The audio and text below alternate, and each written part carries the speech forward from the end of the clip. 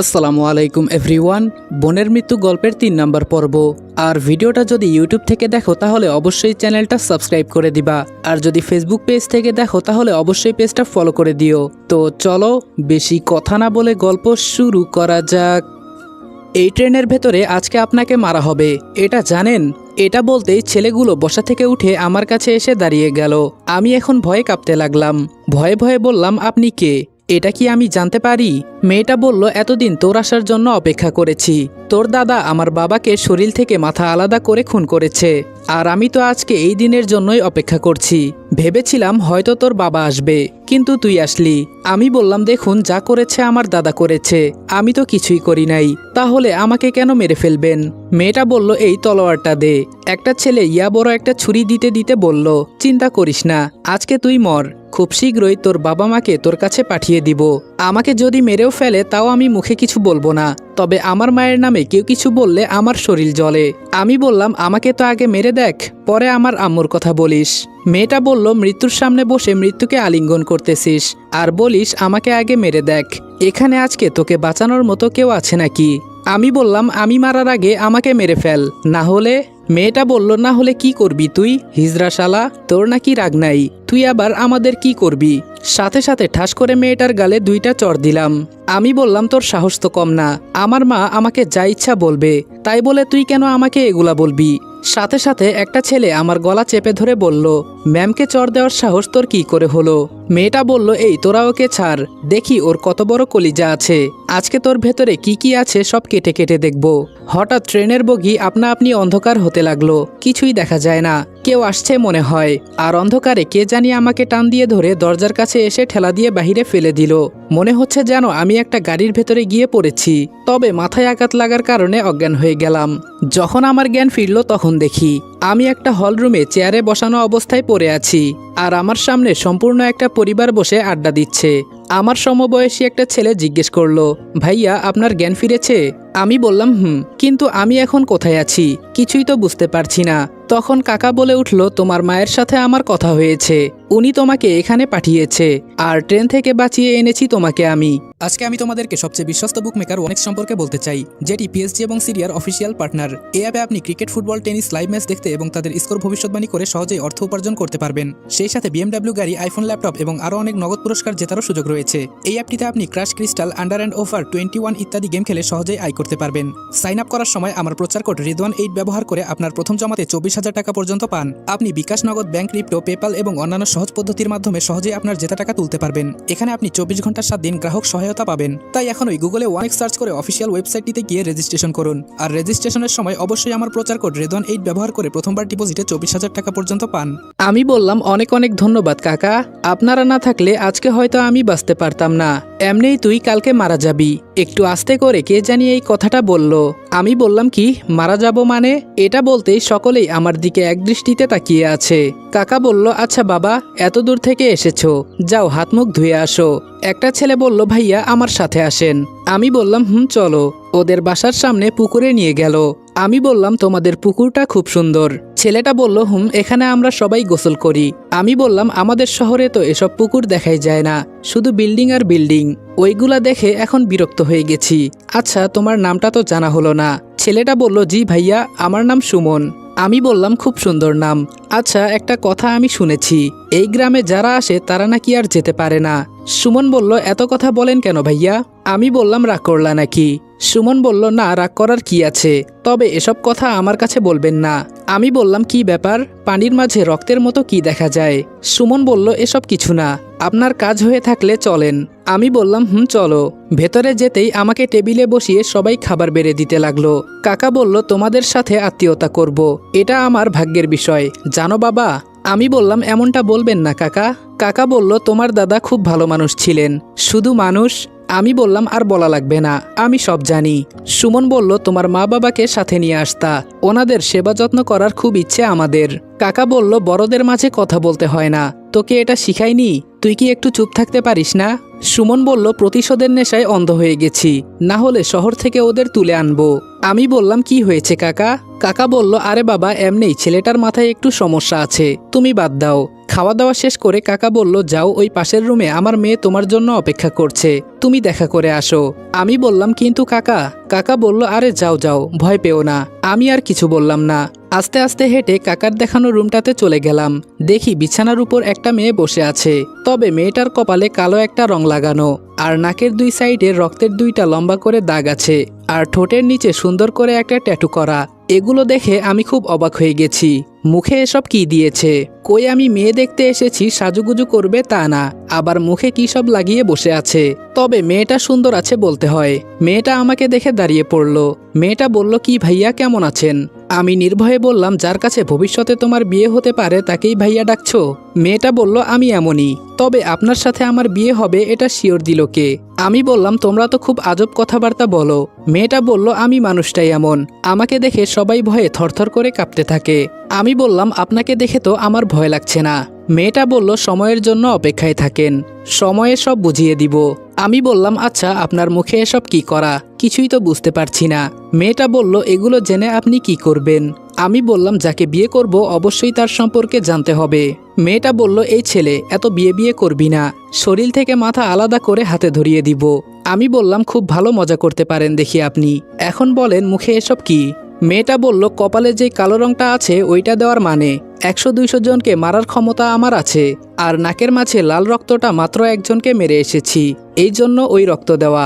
আর ঠোঁটের নিচে ট্যাটু সম্পর্কে বলবি না, এটা অজানাই থাক। আমি বললাম, আপনার নামটা জানি কি? মেয়েটা বলল, আখি। এবার আমি হাসতে লাগলাম। মেয়েটা বলল, আমাকে দেখে কি তোর হাসি পায়? আমি বললাম, হাসি পায় অনেক। কি সব কথা বলেন না আপনি? এই গ্রাম অঞ্চলের মানুষ আবার মানুষ খুন করে, আমার তো বিশ্বাসই হচ্ছে না। আখি বলল, কালকে তোর বিশ্বাস হবে। আর একটা কথা স্পষ্টভাবে জানিয়ে দেই, আমাকে বিয়ে করে তুই রাখতে পারবি না।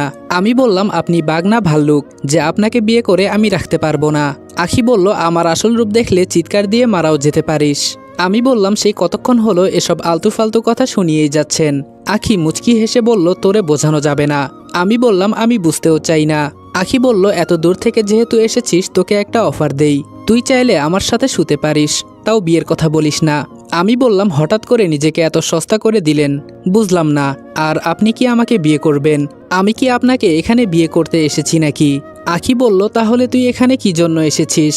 আমি বললাম, আমি তো আম্মুর কথা শুনে এখানে এসেছি, এখানে গ্রামটা নাকি অনেক সুন্দর, তাই দেখতে এসেছি। আর আম্মু বলেছে আপনার কথা, কিন্তু আপনি সুন্দর হলে কি হবে? আপনাকে আমার পছন্দ হয় নাই। বাঙালি একটা কথা সবসময় বলে জানেন, উপর দিয়ে ফিটফাট ভেতরে সদরঘাট। আখি বলল, আমার সম্মান নিয়ে কেউ কোনোদিন কথা বলে নাই, আর আজকে তুই আমার সম্মানের উপর হাত দিয়েছিস। আমি বললাম, আমি এমন কিছু বলি নাই। একটা কথা কানার তো মনে মনেই জানা আছে, সে কি করেছে। আখি বলল, তোর লেকচার শোনার সময় আমার নেই। আমি বলি, শোন, আমি বিয়ে করতে চাই না, আর বিয়ে তো মানুষ করে বাসর রাতের জন্য, এজন্য তোকে এই কথা বলেছি। আমি বললাম, কখনো মনে হয় না যে সুখের স্বপ্ন দেখেছেন, না হলে এই কথা বলতেন না। শারীরিক সুখের জন্যই যদি মানুষ বিয়ে করত তাহলে পতিতাপল্লী কেন ছিল? সবাই তো ওখানেই যেতে পারত। বাদ দেন, এসবের আপনি কি বুঝবেন? আখি বলল, আমার বোঝার দরকার নেই। আমি বললাম, একটা কথা শুনেছি, এখানে নাকি যারা আসে তারা কেউ আর যেতে পারে না। আখি বলল, এটা সত্যি। আমি বললাম, তাহলে আমি কি আর যেতে পারবো না নাকি? আখি বলল, হয়তো পারবি না। যদি আমাকে বিয়ে করতি তাহলে ঘর জামাই হিসেবে তোরে রেখে দিত। আমি বললাম, আপনার মতো বউ আমার দরকার নেই। জানেন কত মেয়ে আমাকে প্রপোজ করেছে? আখি বলল, যা বাহিরে যা, তোরে আমার আর সহ্য হচ্ছে না। তবে কালকে যখন তোকে সবার সামনে বলি দেওয়া হবে তখন আমার হয়তো একটু মায়া লাগবে। আমি বললাম, হোয়াট? কি সব কথা বলছেন আপনি? আখি বলল, আজকে রাতটা পার করতে দে, আমি যে কে তুই চিনতে পারবি। আমি বললাম, ধুর, আপনার কথা আমার আর ভালো লাগছে না। আখির কাছে আর দাঁড়ালাম না, বাহিরে এসে পুকুরের পানিটার দিকে তাকিয়ে আছি। ভাবছি এখানে সাঁতার কাটবো একদিন। হঠাৎ একটা সাদা কাপড় পরা একটা মেয়েকে আমার দিকে আসতে দেখলাম। দেখে বোঝা যাচ্ছে বয়সটা খুব অল্প, কিন্তু এত কম বয়সে ও কি তাহলে বিধবা হয়ে গেল? দেখে তো এমনই লাগছে, তবে চেহারায় একটা মায়াবী ভাব আছে। মেয়েটা আমার কাছে এসে বলল, চলেন আমার সাথে। আমি বললাম, চিনি না জানি না আপনাকে, আর আপনি এসে বলছেন চলেন? ফাজলামো করেন আমার সাথে? সাথে সাথে মেয়েটা আখিকে ডাকতে লাগলো। আখি ভেতর থেকে এসে বলল, কি হয়েছে? মেয়েটা বলল, ভাইয়াকে শেষবারের মতো একটু গ্রামটা ঘুরিয়ে আনি। আখি বলল, যা নিয়ে যা, ও যদি যেতে চায়। আমি বললাম, না বাবা, আমার এত শখ নাই, আপনি যান, আমি যাব না। আখি বলল, আরে যা, শেষ কোনো ইচ্ছে থাকলে পূরণ কর, না হলে কালকের পর থেকে দিনের আলো আর দেখতে পারবি না। আমি বললাম, আরে আপু দেখেন তো, এই পাগলটা বলে আমি নাকি বিয়ে করব। সেই কখন থেকে আমার মাথা খেয়ে ফেলেছে, আমি আর ওকে সহ্য করতে পারছি না। আচ্ছা, ও কি সত্যি সত্যি পাগল টাগল হয়ে গেছে নাকি? কি সব উল্টাপাল্টা কথা বলে। মেয়েটা বলল, আপনার জায়গায় অন্য কেউ যদি থাকতো তাহলে এতক্ষণে মজা বুঝে যেত। আপনি মেহমান, এজন্য মাফ পেয়েছেন। আমি বললাম, আপনিও এসব কথা বলা শুরু করেছেন? আখি বলল, ওকে নিয়ে যা, না হলে ও নিজেই মনে হয় পাগল হয়ে যাবে, আর সাবধানে থাকবি। মেয়েটা বলল, ওকে আপু, এই চলেন। আমি বললাম, কোথায় যাব? মেয়েটা বলল, আরে আসেন তো, এত ভয় পান কেন? আমি বললাম, এখানে আসার পর থেকে আমার সাথে কি সব অদ্ভুত অদ্ভুত আচরণ হচ্ছে, কিছুই তো বুঝতে পারছি না। মেয়েটা বলল, খুব শীঘ্রই সবকিছু বুঝে যাবেন, তবে আপনাকে দেখে আমার মায়া লাগে। এত হ্যান্ডসাম একটা ছেলে, তাকে নাকি সবার সামনে মারা হবে। আমি বললাম, এই মেয়ে, মজা করিস আমার সাথে? মেয়েটা আমার কথা শুনে হাসতে লাগলো। একটু পর মেয়েটা আমাকে একটা পুরনো বাড়িতে নিয়ে গেল। আমি বললাম, আমাকে এখানে নিয়ে এলেন কেন? মেয়েটা বলল, দেখেন তো এই বাসাটা চিনতে পারেন কি না। আমি বললাম, কার বাসা, আমি কিভাবে চিনব? মেয়েটা বলল, এটা আপনাদের পুরাতন বাড়ি। আমি বললাম, কি? মেয়েটা বলল, এটা সত্যি, এটা আপনার দাদা নিজের হাতে তৈরি করে গেছে। আমি বললাম, আমাদের গ্রামে এত সুন্দর বাসা আছে, আর আমার পরিবারের কেউ এখানে আসে না। মেয়েটা বলল, আসবে কিভাবে, সবাই তো ভয়ে শহরে পালিয়ে আছে। এই করছেন কি? আমি বললাম, কেন, ভেতরে গিয়ে দেখব। বাসাটা বাহির থেকে এমনিই অনেক সুন্দর, ভেতরে না জানি কত সুন্দর। মেয়েটা বলল, এটার ভেতরে যেতে মানা, কেউই এই বাসার ভেতরে যেতে পারবে না, এটা আমাদের সবার মানতে হয়, না হলে কেউ যদি ঢুকেও যায় পরবর্তীতে তার বিচার করা হয়, এমনকি তাকে মেরেও ফেলা হয়। আমি বললাম, আমাদের বাড়িতে আমি যেতে পারবো না, এটা আবার কেমন কথা? মেয়েটা বলল, আমার মনে হয় কি জানেন, এই বাসার ভেতরে আপনার দাদা কিছু গুপ্তধন রেখে গেছে, সবাই এটার খোঁজ করছে, কিন্তু কেউ পায় নাই। আমি আর কিছু না বলে পেছনে ফিরলাম, এখন চলে যাব। মেয়েটা বলল, আরে কি হলো, চলে যাচ্ছেন কেন? আমি বললাম, তো কি করব, নিজের বাড়ির ভেতরে যেতে পারবো না, এটা কি হয়? মেয়েটা বলল, মন খারাপ করার কিছু নাই এখানে, এটাই আমাদের এখানের নিয়ম। মনে মনে বললাম, আমাদের বাড়ি আর আমি যেতে পারছি না। মেয়েটা বলল, বাই দ্য ওয়ে, আপনাকে কয়েকটা গোপন কথা বলার ছিল। আমি বললাম, কিসের গোপন কথা? মেয়েটা বলল, সত্যি কথা বলতে আপনাকে আমার পছন্দ হয়ে গেছে। আমি বললাম, এসব কথা আমাকে বলবেন না, আর তাছাড়া আপনাকে দেখে তো মনে হচ্ছে আপনার স্বামী মারা গেছে। মেয়েটা বলল, এটা সত্যি, আমার স্বামী মারা গেছে, তবে ওনাকে মেরে ফেলা হয়েছে, আমার গায়ে একদিন হাত তুলেছিল, ব্যাস। আখি আপা জেনে সরাসরি ওর বুকে গুলি করে দিয়েছে। আমি বললাম, আপনিও দেখি আখির মতো কথা বলতে শুরু করে দিয়েছেন। মেয়েটা বলল, কসম করে বলছি, আমি যা বলেছি সব সত্যি, আমার স্বামীকে আখি আপা মেরে ফেলেছে, ওনার প্রচুর রাগ। আমি বললাম, সত্যি নাকি? আর আখি আপনার কি হয়? মেয়েটা বলল, ও আমার চাচাতো বোন। আমি বললাম, ওহ তাই বলেন, এজন্য আপনাদের মাঝে এত মিল। মেয়েটা বলল, আপনাকে আরেকটা সত্যি কথা বলতে চাই, এর বিনিময়ে আমার কিছু চাই। আমি বললাম, আপনার আবার আমার কাছে কিছু চাই? বাহ, খুব ভালো কথা বলেন তো আপনি। আচ্ছা সে যাই হোক, এখন বলেন কি চান আমার কাছে? মেয়েটা বলল, আপনার ঠোঁটে একটা লিপ কিস করতে চাই। আমি বললাম, বুঝেছি, স্বামী মারা গেছে তো এজন্য মাথা খারাপ হয়ে গেছে, অন্য কোথাও যান, এসব আমার দ্বারা হবে না। মেয়েটা বলল, আপনাকে কালকে মেরে ফেলা হবে। আমি বললাম, কি? মেয়েটা বলল, এজন্যই তো বলছি আমার শর্ত পূরণ করেন, তাহলে আমি আপনাকে সব বলবো। আমি বললাম, না না, এটা কখনো সম্ভব না, আমি এটা করতে পারবো না, আপনি এক কাজ করেন, আরেকটা বিয়ে করে নেন। মেয়েটা বলল, সেসব পরে, এখন আমি যা বলেছি তাই যদি হয় তাহলে আমি আপনাকে সব বলতে রাজি আছি। আমি বললাম, অন্য কিছু বলেন, তাহলে আমি চিন্তা করে দেখব। মেয়েটা বলল, রুম ডেট করেন আমার সাথে। আমি বললাম, সরি বোন, আপনার সাথে আমি কথা বলতে রাজি না, এই বলে হাঁটতে লাগলাম। মেয়েটা বলল, আচ্ছা কিছুই দিতে হবে না। আরে শোনেন। আমি বললাম, বলো। মেয়েটা বলল, ট্রেনে যেই মেয়েটা আপনাকে মারতে চেয়েছিল সেই মেয়ের বেস্ট ফ্রেন্ড আখি আপা। মেয়েটার কথা শুনে আমার শরীর এখন কাঁপতে লাগলো। মেয়েটা বলল, আর কালকে আমাদের গ্রামে একটা অনুষ্ঠান হবে, আর সেখানে সবার সামনে আপনাকে মারবে, আর এখানকার লিডার হলো রাসেল বস, ওনার কথা দ্বারাই পুরো গ্রামটা চলে, আর ওর বাবাকে আপনার দাদা খুন করেছে। আমি বললাম, না না, আর এই গ্রামে থাকা যাবে না, আমার আম্মু এখানে আমাকে মারতে পাঠিয়েছে। কি আর বলবো, বলার মতো কোনো ভাষাই খুঁজে পাচ্ছি না। আর এই গ্রামের মানুষ আজও যে খুন খারাপি করে দেখলে যেন বিশ্বাসই হয় না। মেয়েটা বলল, এখান থেকে আপনি আর চাইলেও বেঁচে ফিরতে পারবেন না, কারণ সবসময় আপনার পেছনে নজর রাখা হয়। আমি বললাম, কি? মেয়েটা বলল, বিশ্বাস না হলে পেছনে তাকিয়ে দেখেন। পেছনে তাকিয়ে দেখি সত্যি সত্যি দূরে একটা ছেলে দাঁড়িয়ে আছে। আমি তাকাতেই লুকিয়ে পড়ল। আমি আকাশের দিকে তাকিয়ে বললাম, আমার মা সত্যি কথা বলতো, ভালো মানুষের দাম নেই, এখন এটা হাড়ে হাড়ে বুঝতে পারছি। মেয়েটা বলল, তবে আপনি হয়তো কালকের পর থেকে এই পৃথিবীর মুখ দেখতে পারবেন না, কোনোভাবেই বাঁচতে পারবেন না, কারণ পুরো গ্রামটা আপনার পেছনে পড়ে আছে আর সবাই রাসেলকে এই গ্রামের দেবতা মনে করে, তাই ও যা বলে সবাই তাই করে। আমি মনে মনে চিন্তা করছি আমার মা হয়তো এই বিষয়টা জানতো না, ওরা যে সবাই এক নৌকার মাঝি। যদি আম্মু জানতো তাহলে আমাকে আর এখানে পাঠাতো না। আচ্ছা, আমি কি কিছু করতে পারি? হয়তো এসব হবে না আমার দ্বারা। মেয়েটা বলল, কি চিন্তা করেন? আমি বললাম, আমাকে ওরা যে ধোকা দিবে আমার মা সেটা জানতো না। আমি ভাবতেও পারছি না ওদের পরিবার এতটা খারাপ। সবার মুখ দেখে মনে হয় কতটা নিষ্পাপ। মেয়েটা বলল, এই বিপদ থেকে আমি আপনাকে বাঁচাতে পারি যদি আপনি আমার কথা শুনেন। আমি বললাম, যেখানে সবাই আমার পেছনে পড়ে আছে সেখানে আপনাকে আমি কিভাবে বিশ্বাস করব? মেয়েটা বলল, এই কথাগুলো আমি যদি না বলতাম তাহলে কি আপনি জানতে পারতেন? কালকে মরার পরে হয়তো জানতে পারতেন। আমি বললাম, জেনেই বা আমার কি আসে যায়, তবুও তো বাঁচার আশা নেই। মেয়েটা বলল, শেষ ভরসা আমাকে করতেই পারেন। আমি বললাম, বলেন দেখি আপনি কি বলতে চান? মেয়েটা বলল, আমার আপনাকে পছন্দ হয়েছে। যদি আপনি আমাকে বিয়ে করে ঘরজামাই থাকতে পারেন তাহলে আমি যেভাবেই হোক আপনাকে বাঁচিয়ে নিব। মেয়েটার মুখের দিকে তাকিয়ে একটা হাসি দিলাম। আমি বললাম, একটা কথা বলি, প্রেম ভালোবাসা এভাবে হয় না, এগুলো মন থেকে হওয়া চাই। তাই বলছি, আমার এই বিপদে সুযোগ নেবেন না। আর আমি মৃত্যুকে ভয় করি না, যা হবার কালকেই দেখা যাবে। মেয়েটা বলল, আপনাকে মিথ্যা আশ্বাস দিয়ে আর লাভ নেই। যেখানে আমি আমার স্বামীকে বাঁচাতে পারলাম না সেখানে আপনাকে কিভাবে? আমি বললাম, থাক, আর বলতে হবে না, আমি বুঝে গেছি। বাইরে কোথাও ঘুরতে যেতে পারেন না? একা একা ভালো লাগে? মেয়েটা বলল, আমার কথা বাদ দেন, আপনার জন্য আমার খুব খারাপ লাগছে। কিছুই করতে পারলাম না আমি, মাফ করবেন। আমি বললাম, চলেন বাসায় যাই, অনেক দেরি হয়ে গেছে এমনেই। মেয়েটা বলল, পালানোর চেষ্টা করবেন না? আমি বললাম, পালিয়ে গেলে কি আর বাঁচতে পারবো? দেখা যাবে কালকে, যা হবার সবার সামনেই হবে। মেয়েটা বলল, আমি যে আপনাকে এগুলো বললাম যদি আখি আপু জানতে পারে তাহলে আমাকেও মেরে ফেলতে পারে। আমি বললাম, তোমার বোন, আর তোমাকেই মেরে ফেলবে? মেয়েটা বলল, আপনি আপুকে চিনেন না, ওর ভিতরে কোনো মায়া দয়া নাই, হিংস্র পশুর মতো। আমি বললাম, দেখে এমনটা লাগে না, তবে তোমাকে দেখে মনে হচ্ছে যেন বন্দি জীবন পার করছো। মেয়েটা বলল, শুধু আমি না, এই গ্রামের সবাই বন্দি জীবন পার করছে। সবাই ওদের থেকে বাঁচতে চায়, কিন্তু ওদের ক্ষমতা আছে তাই রাসেলের কথাই এই পুরো গ্রামটা চলে।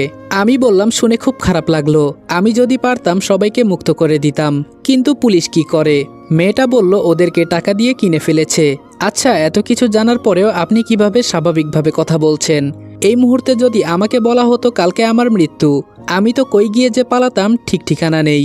আমি বললাম, ভয় আমারও হচ্ছে, কিন্তু সবকিছু কন্ট্রোল করতে শিখে গেছি, দেখি সামনে কি হয়। আচ্ছা, এত কথা হয়ে গেল, তোমার নামটা তো জানা হলো না। মেয়েটা বলল, পরিচয় না দিয়ে এতক্ষণ আপনার সাথে কথা বললাম, থাক, যদি আপনার সাথে হঠাৎ কোনো দিন দেখা হয় তখন জেনে নিবেন। আমি বললাম, আমার মৃত্যু হবে জেনেও এই কথা বলছেন? মেয়েটা বলল, আমার কেন জানি মনে হচ্ছে আপনি বেঁচে যাবেন। আমি বললাম, চলেন, এখন আর কোথায় যাব? মেয়েটা বলল, বাসায় চলেন। পকেটে হাত দিয়ে দেখি মোবাইল নাই, খোঁজাখুঁজি করছি। মেয়েটা বলল, কি খুঁজছেন? আমি বললাম, ফোনটা তো পকেটে ছিল, কিন্তু এখন মনে হচ্ছে কোথাও পড়ে গেছে। মেয়েটা বলল, পড়ে যায় নাই, নিয়ে নেওয়া হয়েছে, যদি বাসায় ফোন করে জানিয়ে দেন। আমি বললাম, ওদের তো আমি দেখে নিব। মেয়েটা বলল, শুনেছি আপনি নাকি কারো উপর রাগ করেন না। আমি বললাম, আপনি জানেন কি করে? মেয়েটা বলল, শুধু আমি না, মাইকিং করে সবাইকে আপনার বিষয়ে বলে দেওয়া হয়েছে। আমি বললাম, কালকে এই হয় আমি নিজে মরবো, না হলে সব কয়টাকে মারবো, এসব আর সহ্য করা যাবে না। মেয়েটা বলল, কিন্তু আপনার ভেতরে মনে হয় সে রাগ নেই। আমি বললাম, সেনাবাহিনীর ট্রেনিং করা আছে আমার। মেয়েটা বলল, তো চাকরি করলেন না কেন? আমি বললাম, আমি নিজের মতো চলতে পছন্দ করি, তাই ছেড়ে চলে এসেছি। আর তাছাড়া আমার বাবার টাকা পয়সার অভাব নেই। হঠাৎ কোথায় থেকে আখি এসে বলল, কিরে, তোরা এখনো এখানে কি করিস? আমি বললাম, আপনার সম্পর্কে জানার চেষ্টা করছি। আখি বলল, আমার সম্পর্কে জেনে তুই কি করবি? বাসায় চল, অনেক বেলা হয়ে গেছে।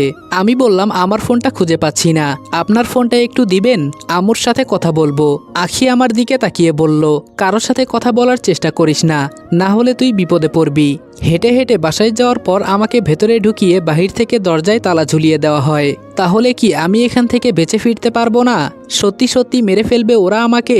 পরিবারের কারো মুখ আমি আর হয়তো দেখতে পারবো না, কিন্তু বিনা কারণে কেউ যদি আমার গায়ে হাত তুলে, আম্মুর কসম করে বলছি, সব কয়টাকে এখানে কেটে রেখে দিব। যদি আমার মরণ হয় তাও ওদের দেখে নিব। তবে একটা বিষয় পরিষ্কার বুঝতে পারছি, আম্মু এখানে আমাকে নিজের সাহস জোগাতে পাঠিয়েছে, কিন্তু মৃত্যুর মুখে রেখে কেন? আসসালামু আলাইকুম এভরিওয়ান। বোনের মৃত্যু গল্পের 3 নাম্বার পর্ব এখানে শেষ করলাম। ভিডিওটা ভালো লাগলে উড়াধুরা লাইক, কমেন্ট এবং শেয়ার করে দিও। আর চ্যানেলে নতুন হলে অবশ্যই চ্যানেলটা সাবস্ক্রাইব করে দিও। তো দেখা হচ্ছে নেক্সট ভিডিওতে। ততক্ষণ ভালো থাকবা, সুস্থ থাকবা। আল্লাহ হাফেজ।